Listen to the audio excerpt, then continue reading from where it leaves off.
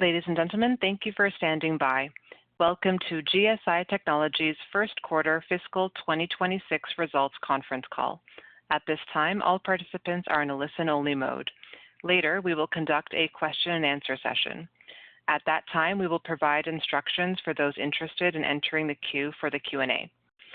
Before we begin today's call, the company has requested that I read the following safe harbor statement.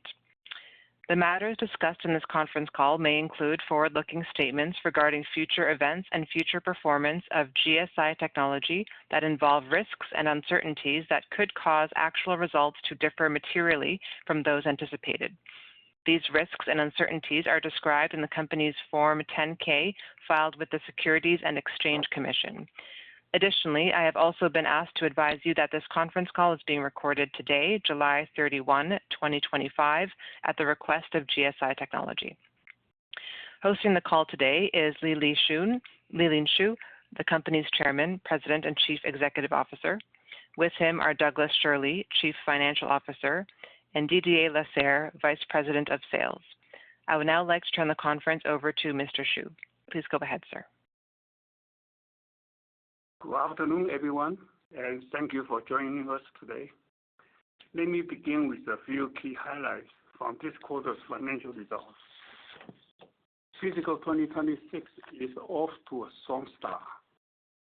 In the first quarter, we achieved net revenue of $6.3 million, up 7% sequentially and 35% year-over-year.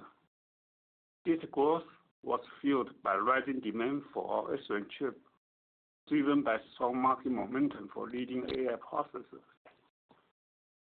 Our profitability metrics also improved this quarter, with a 200 basis point sequential increase in gross margin and over 1,100 basis points compared to the prior year. We have also made meaningful progress on cost control over the last year, with operating expenses declining by 15% year-over-year, including the gain from the sale of our headquarters in Q1 2025. Now, I would like to provide an update on our product roadmap and customer milestones. We have completed the evaluation of the second spin of our Gemini 2 chip. I am pleased to report that all known bugs have been resolved.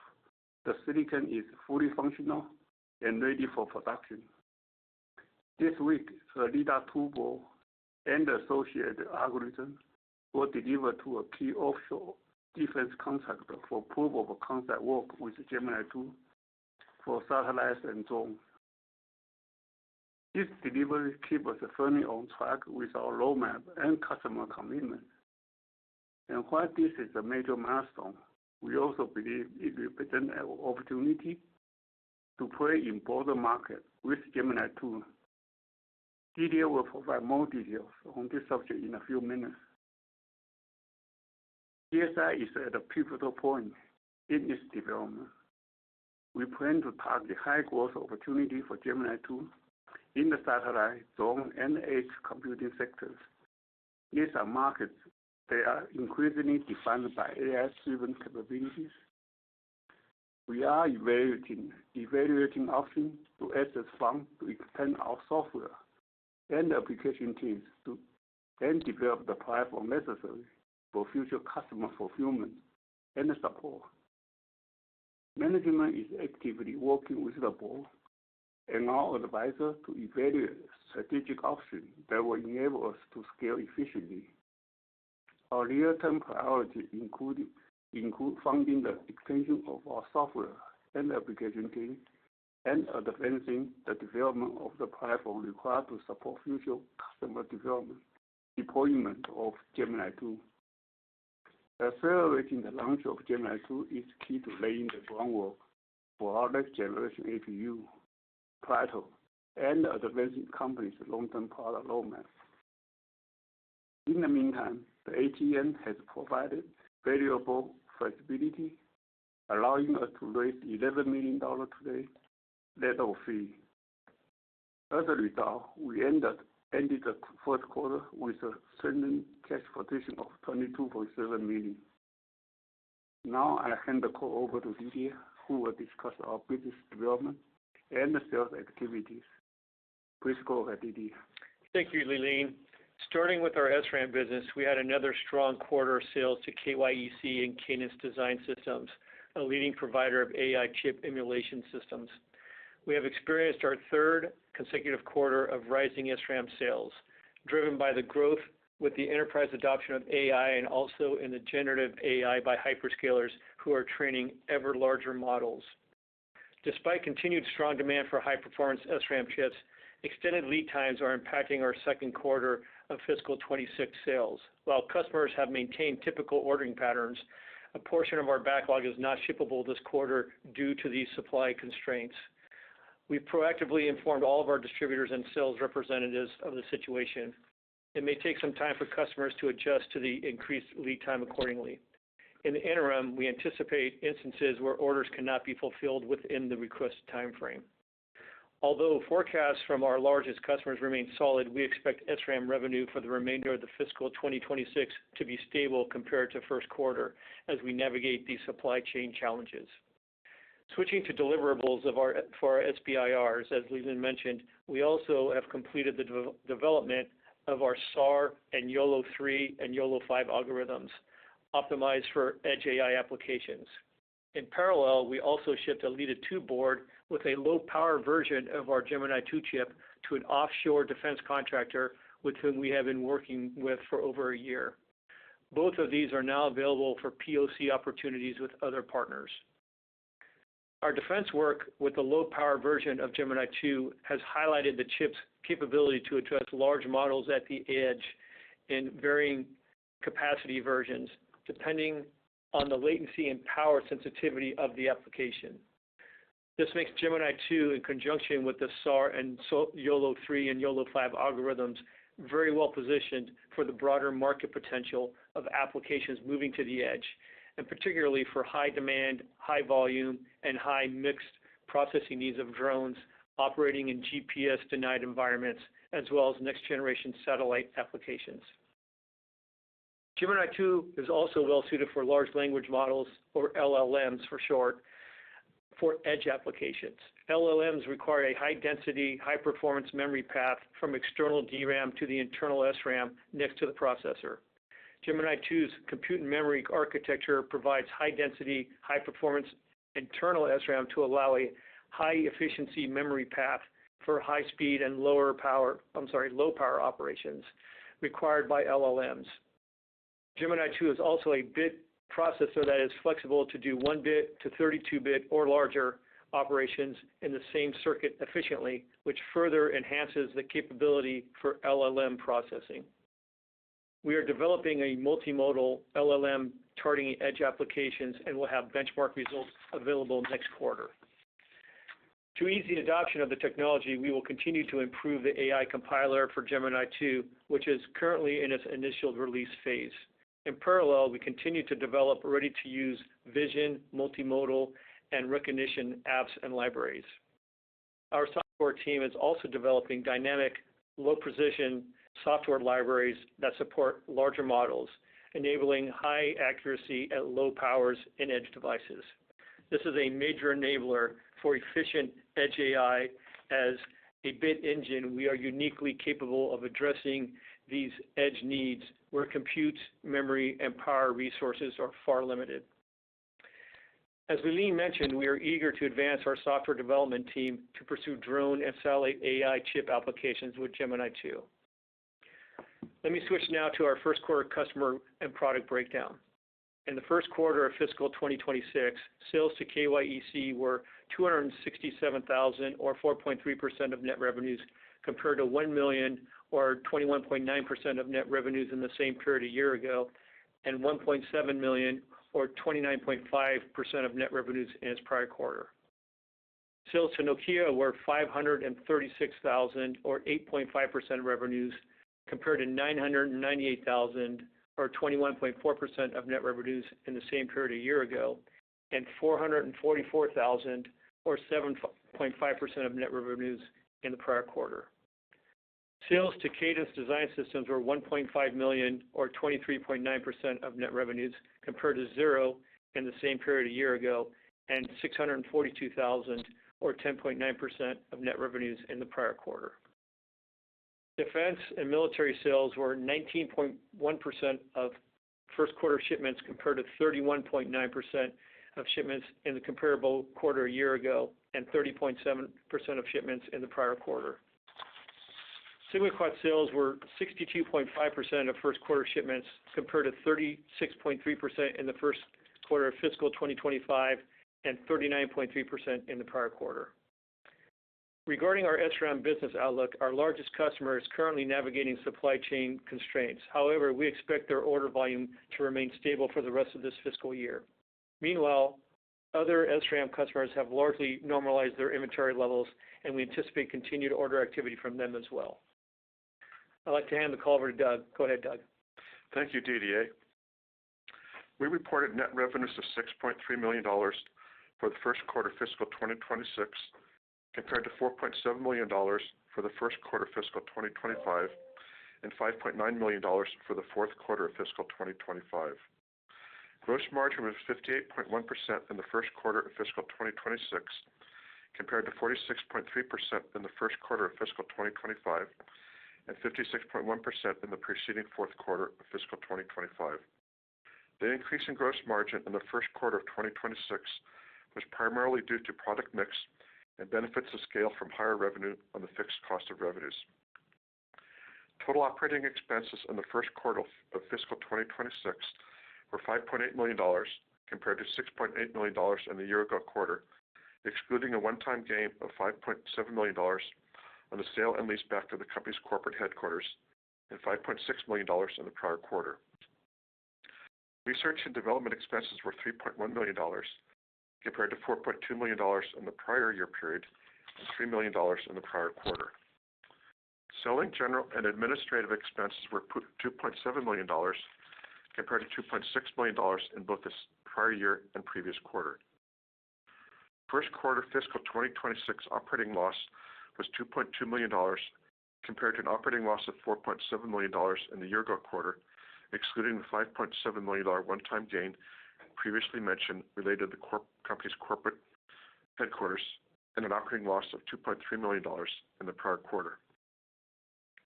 First quarter fiscal 2026 net loss included interest and other income of $13,000 and a tax provision of $54,000, compared to $55,000 in interest and other income and a tax provision of $57,000 for the same period a year ago. In the preceding fourth quarter, net loss included interest and other income of $52,000 and a tax provision of $6,000. Net loss in the first quarter of fiscal 2026 was $2 million, or 8 cents per diluted share, compared to net income of $1.1 million, or 4 cents per diluted share for the first quarter of fiscal 2025. Net income for the year-ago period reflects the $5.7 million one-time gain on the sale and leaseback transaction of the company's headquarters. For the prior fourth fiscal quarter of 2025, net loss was $2.2 million, compared to 9 cents and a 9 cents loss per share. Total first quarter pre-tax stock-based compensation expense was $341,000, compared to $658,000 in the comparable quarter a year ago, and $512,000 in the prior quarter. At June 30th, 2025, the company had $22.7 million in cash and cash equivalents, compared to $13.4 million at March 31st, 2025. Working capital was $25.7 million at June 30th, 2025, compared to $16.4 million at March 31st, 2025. Stockholders' equity as of June 30th, 2025 was $37.4 million, compared to $28.2 million as of the fiscal year ended March 31st, 2025. In an earnings conference call in May 2024, we announced that the company had initiated a comprehensive strategic review, established a special committee of the board to evaluate strategic alternatives, and engaged Needham & Company as our strategic and financial advisor to assist in the process. As Leland mentioned, we are actively evaluating potential strategic opportunities to secure the necessary capital to advance the development of our APU products. In the interim, we may choose to draw on the remaining balance of the ATM during upcoming trading windows to support near-term funding needs related to Gemini 2 development, depending on market conditions and other factors.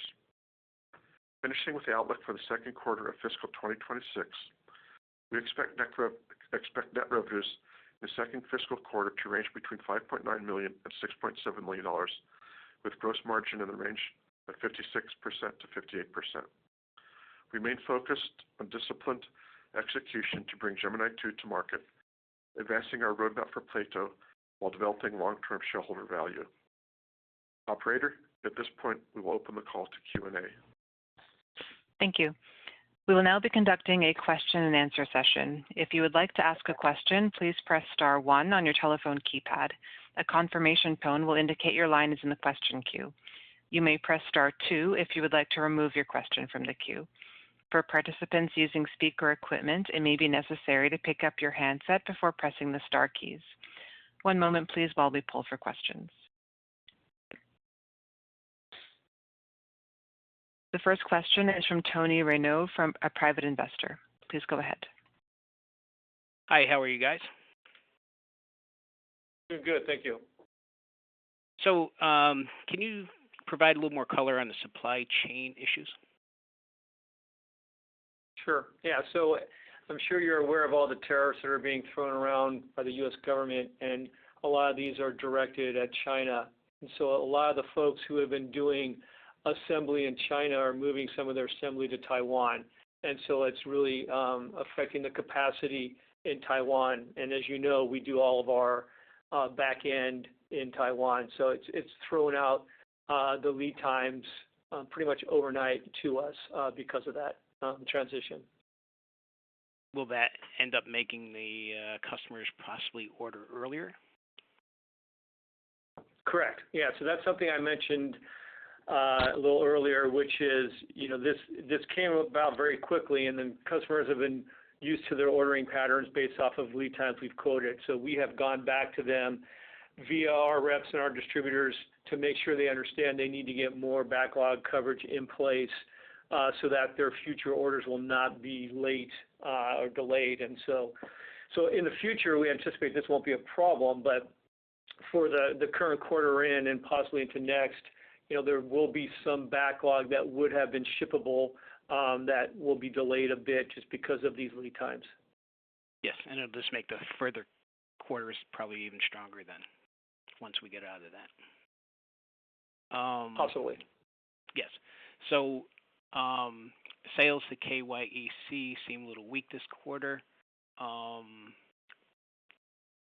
know, can you comment on that a little bit?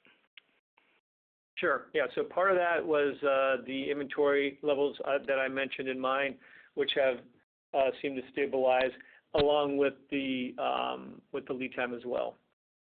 Yeah, unfortunately those orders come in within lead time, and we've been able to react in the past, and we weren't able to this past quarter. And like with Cadence, those orders are pretty strong this quarter. You know, what type of product are you shipping to them? Yeah, so they're emulation systems. And this is kind of what we've talked about, that even though we don't sell our SRAMs directly into AI applications, we do a lot of support. You know, KYC is supporting the manufacturing of AI chips. You know, the Cadence systems are emulations to emulate the design of some of these GPUs and other devices. So it's emulation systems in the front end design. Okay, thank you. And last question, as far as the ATM is concerned, what are the trading windows for the company for that? Well, typically our trading window starts 2 days after our earnings call. So in the case of this quarter, the trading window will open on Tuesday, and it closes on the 15th of the last month of the quarter. So that would mean, in this case, September 15th for the last trading day up till the 15th of the month. Okay. All right. Well, thank you very much, guys, and good luck in the future. Thank you. Thank you. Thank you, Tony. There are no further questions at this time. I would like to turn the floor back over to Lee-Lean Shu for closing comments. Thank you all for joining us. please join us on August 20 at upcoming Needham Virtual Semiconductor Conference. Actually, operator, there is one more question that just popped up. I see that now. Yep. Yeah, Okay. We have a question now from Anna Chapman from 2 Cron 5 Productions. Please go ahead. Yes. My background has always been in sales and capital equipment. I want to know how you're incentivizing your sales force, because to me, you make one of the best products out there. It has an excellent portfolio. How are you incentivizing these people? It seems like your sales should be more in the pipeline. That's my question. I'm sorry, was that an advertising or was that a question? I'm not sure I got the question. I'm asking incentivization to your sales, to the distributors, to your sales force. Is your product in one of their number one things in their bag, or is it like number 12 or maybe an afterthought? How are you incentivizing these people to go out there and tell your story and get sales? So our independent sales reps are paid on commission. So they're paid on shipment of product. And distributors are paid on margin. And so with our independent sales reps, there's no competing lines, and they understand that our products are door openers. And so certainly they're important lines for them. And again, with distributors, we do have large distributors. As you know, we have Avnet, which carries most of the lines. And so with them, the incentivization is in the margin, and GSI generally pays them above corporate average for the margins. Okay. All right. I think they need to do better, quite frankly. Just my opinion. Yep. All right, operator. Great. There are no further questions at this time. This concludes today's teleconference. You may disconnect your lines at this time. Thank you for your participation.